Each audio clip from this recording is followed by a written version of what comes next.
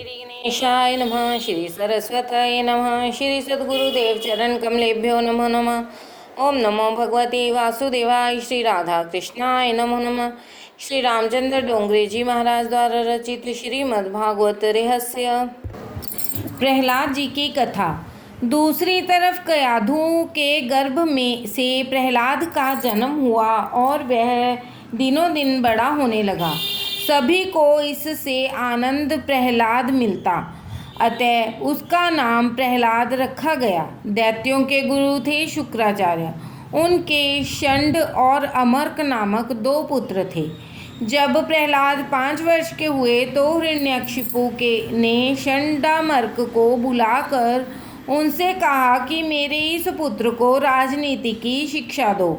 शुकदेव जी वर्णन करते हैं, राजन, वैसे तो षंडामर्क प्रहलाद जी को राजनीति पढ़ाते थे, किंतु प्रहलाद जी तो गर्भावास के समय से ही भक्ति के रंग में रंगे हुए थे। प्रहलाद को भगवान वासुदेव से स्वाभाविक प्रीति थी। श्री कृष्ण के अनुग्रह रूप विग्रह ने उनका हृदय इस प्रकार आकर्षित कर लिया था कि उन्हें जगत से कुछ भी लगाव नहीं रह गया था। वैसे तो भक्ति का रंग शीघ्र लगता नहीं है, पर जब एक बार लग जाता है तो फिर सांसारिक प्रवृत्तियों के प्रति वैराग्य हो जाता है। मीराबाई जी ने कहा है कि मेरे कृष्ण का रंग श्याम है और श्याम रंग पर और किसी रंग का प्रभाव नहीं पड़ता। प्रहलाद जी जन्म से ही भक्ति के रंग में रंगे हुए थे। वे महान वैष्णव थे। वे गुरु जी की शिक्षा सुनते तो थे, किंतु राजनीति का चिंतन वे जरा भी नहीं करते थे। सच्चे ज्ञानी भक्त का यही तो लक्षण है कि जब तक देह भान है उसका व्यवहार में क्षति नहीं आती। गुरुजी ने सोचा कि यह राजपुत्र तो बड़ा सयाना है, अतः उसकी शिक्षा से प्रभावित होकर उसके पिता कुछ न कुछ पुरस्कार अवश्य देंगे। वह प्रहलाद को लेकर राजसभा में आई। प्रहलाद जी ने पिताजी को प्रणाम किया तो पिताजी ने बालक को उठाकर गोद में बिठाकर प्यार किया और पूछा, बेटे, तू गुरुजी के घर कल पढ़ने गया था, तो कल की पढ़ाई तुझे याद है या नहीं? जो भी पाठ प्रकरण तुझे अच्छा लगता हो वह बोल जा। प्रहलाद जी ने सोचा कि पिताजी उत्तम प्रकरण की बात पूछते हैं और इधर गुरुजी ने मारपीट की ही बात सिखाई है, वह मैं कैसे बता सकता हूँ। अतः उन्होंने पिताजी से अच्छी बात बता दी।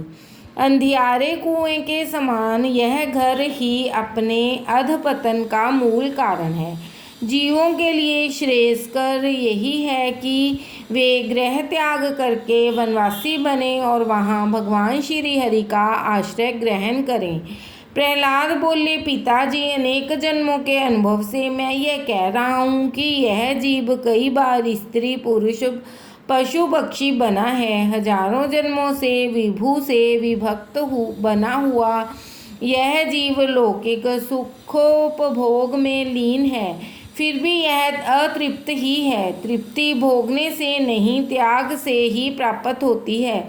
संसार तो दुख का सागर है। प्रत्येक जीव व्यथित है। पाप और पुण्य के समान होने पर यह मानव देह प्राप्त होती है। जैसे यह पाप भोगना पड़ता है, वैसे ही पुण्य भी भोगना पड़ता ही है। संसार प्रतिक्षण परिवर्तनशील है। पिताजी, आज तक मेरे अनेक जन्म हो चुके हैं। मैं अपने अनुभव से कहता हूँ कि स्वार्थ और कपट के सिवाय इस जगत में और कुछ भी नहीं है। फिर भी जीव अविवेकी है। निस्वार्थ प्रेमी मात्र परमात्मा ही है। अन्य सभी का प्रेम स्वार्थ और कपट से भरा हुआ है। संसार में रहकर कपट और छल करना ही पड़ता है। यहाँ कोई वासना आई कि छल कपट करना ही पड़ता है। पति पत्नी के प्रेम में भी स्वार्थ और कपट ही होता है। जीव कितना स्वार्थी और कपटी है। मुझे एक सन्नारी मिली जो बता रही थी कि उसकी सास जी ने उसे चेतावनी दी है कि 3 पुत्रियां काफ़ी हैं। अगर चौथी बार भी उसने पुत्री को जन्म दिया तो किसी भी तरह उसे घर से निकाल बाहर किया जाएगा। वैसे पुत्र का जन्म हो या पुत्री का, किसी के अपने बस की बात तो है नहीं। पुत्र एक ही कुल का उद्धार करता है, जबकि सुयोग्य पुत्री तो पिता और पति दोनों कुलों का उद्धार करती है। दुर्भाग्यवश यदि पत्नी बीमार पड़ जाए तो वह 4-5 हजार का खर्च कर देगा, 2-4 वर्ष प्रतीक्षा भी करेगा। फिर भी उसकी बीमारी न ठीक हो पाए तो वह ठाकुर जी से मनौती रखेगा कि इसका कुछ हो जाए तो अच्छा हो। उसके कुछ हो जाने का मतलब है मर जाना। वह सोचता है कि मेरी आयु भी अधिक नहीं है, 48वां वर्ष ही तो अभी शुरू हुआ है, मेरा कारोबार भी ठीक ठाक चल रहा है, अतः दूसरी पत्नी मिल जाएगी। पति पत्नी के प्रेम में भी कपट है। पत्नी या पति एक दूसरे के लिए दुखदायी हों तो वे सोचते हैं कि यह मर जाए तो कितना अच्छा हो।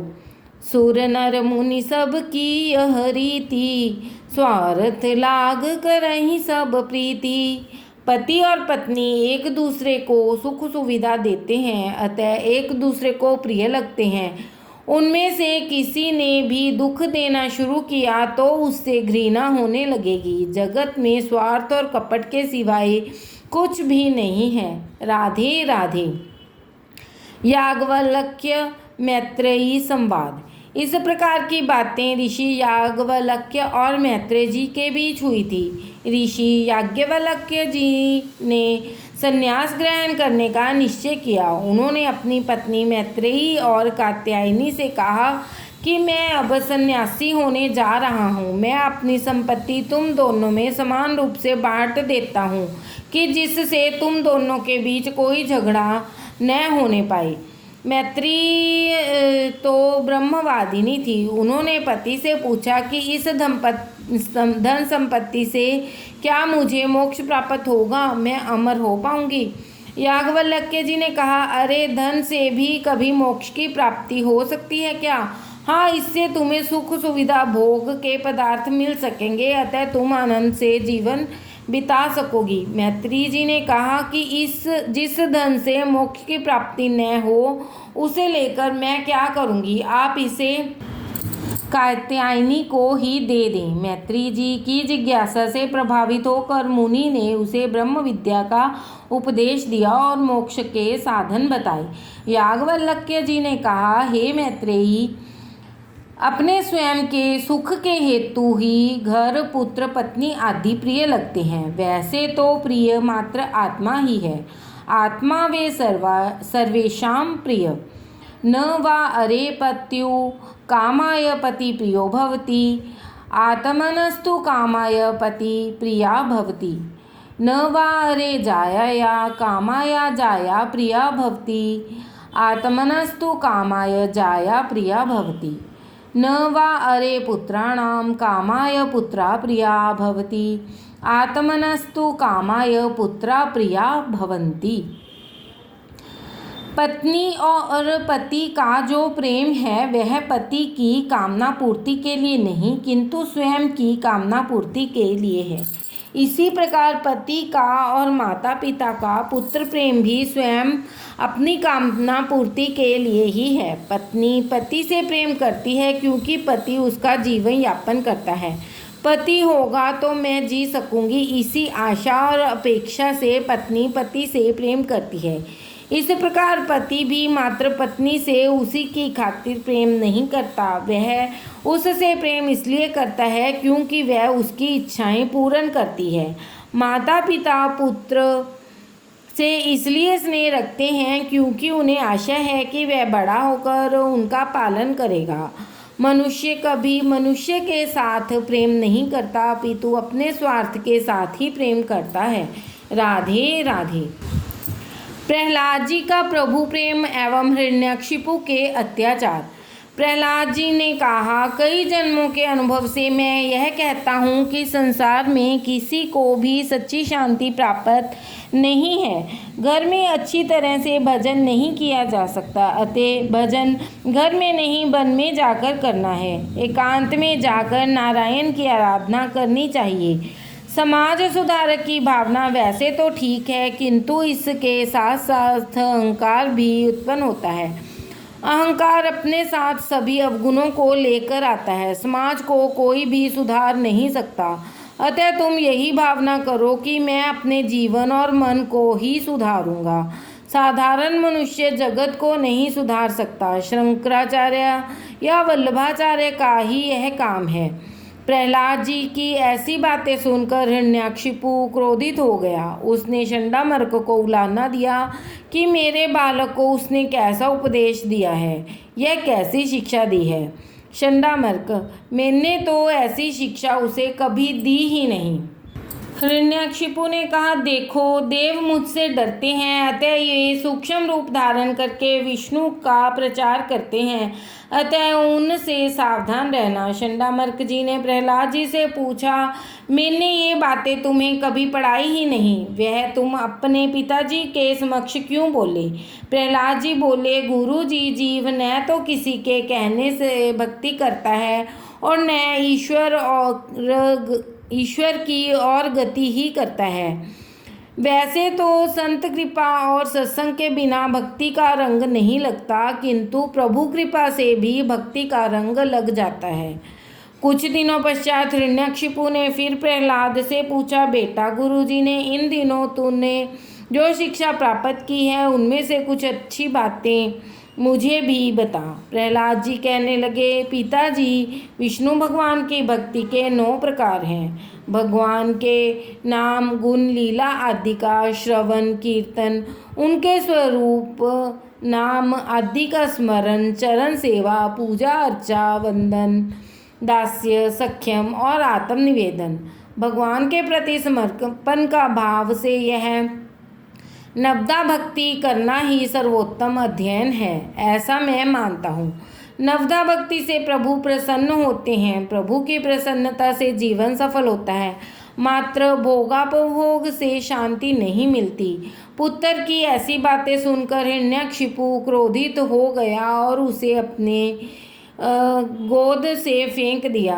उसने सेवकों को आज्ञा दी कि इस बालक को मारो, यह मारे जाने योग्य है, यह मेरे शत्रु के नाम का भजन करता है। आज्ञा पाते ही दैत्य सेवक प्रहलाद को मारने के लिए दौड़े। प्रहलाद की दृष्टि तो दिव्य थी, उन्हें तो तलवार में भी श्री कृष्ण का दर्शन हुआ और उस जिसके हाथ में तलवार थी उस दैत्य में भी श्री कृष्ण का दर्शन हुआ। संसार में बहुत से सुंदर पदार्थ हैं, किंतु सभी को भगवत भाव से देखो।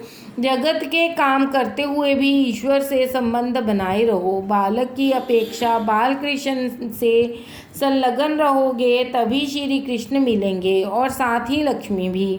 लौकिक नाम रूप में फंसा हुआ मन श्री कृष्ण के नाम रूप में लीन हो जाए तभी मुक्ति मिलती है और मनुष्य का उद्धार होता है। स्वरूपा शक्ति के बिना भक्ति फलवती नहीं हो पाती। सांसारिक विषयों के प्रति प्रेम होना आसक्ति है, भगवान के प्रति प्रेम होना भक्ति है।